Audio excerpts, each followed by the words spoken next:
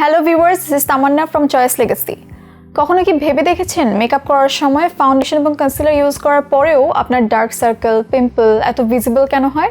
অথবা একটা ফুল coverage foundation use করার পরেও মাঝে মাঝে ওই জায়গাগুলো কেন অ্যাশি টোনের দেখা যায়?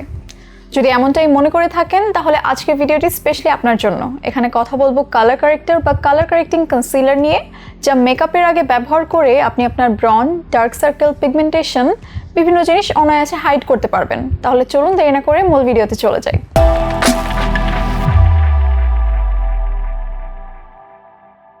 আমরা আমাদের ডার্ক সার্কেলস এবং ডার্ক স্পট হাইড করার জন্য মোস্টলি একটা অরেঞ্জ কালার কারেক্টর ইউজ করে থাকি, কিন্তু অরেঞ্জ কালার কারেক্টর শুধুমাত্র মিডিয়াম টু ডার্ক স্কিন টোনেই ব্যবহার করতে হবে। আপনার যদি light to medium skin tone হয় তাহলে আপনার একটা পিচ কালার কারেক্টর ইউজ করতে হবে।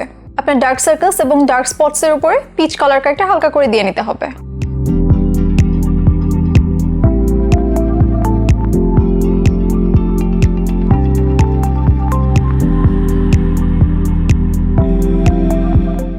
আপনার যদি স্কিনে কোনো ধরনের রেডনেস থাকে তাহলে সেটা ক্যান্সেল আউট করার জন্য গ্রিন কালার কারেক্টর ইউজ করতে হবে। অনেক সময় হয় যে আমাদের স্কিনে একনির কারণে কিছু এরিয়া লাল হয়ে থাকে, সেখানে গ্রিন কালার কারেক্টর ইউজ করতে হবে।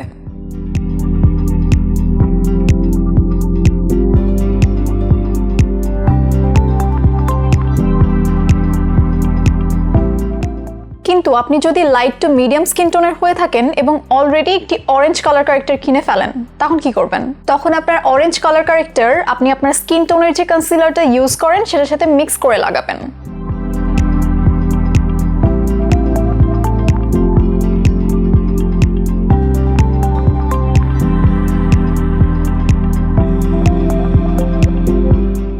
মনে রাখবেন কালার কারেক্টর সবসময় আলতো হাতে ব্লেন্ড করতে হবে, যাতে আপনার ডার্ক স্পটস অথবা ডার্ক সার্কেল থেকে কালার কারেক্টরটা সরে না যায়।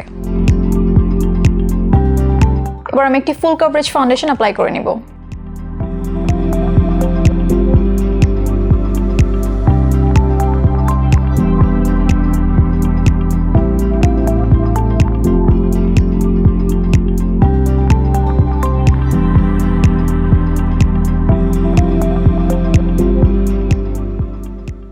দেখতেই পাচ্ছেন আমার ডার্ক স্পটস, ডার্ক সার্কেল এবং রেডনেস সবই কভার হয়ে গিয়েছে। So viewers, this is my final look. আশা করি আজকের এই ভিডিও দেখে কালার কারেক্টর নিয়ে আপনাদের মনে আর কোনো কনফিউশন থাকবে না।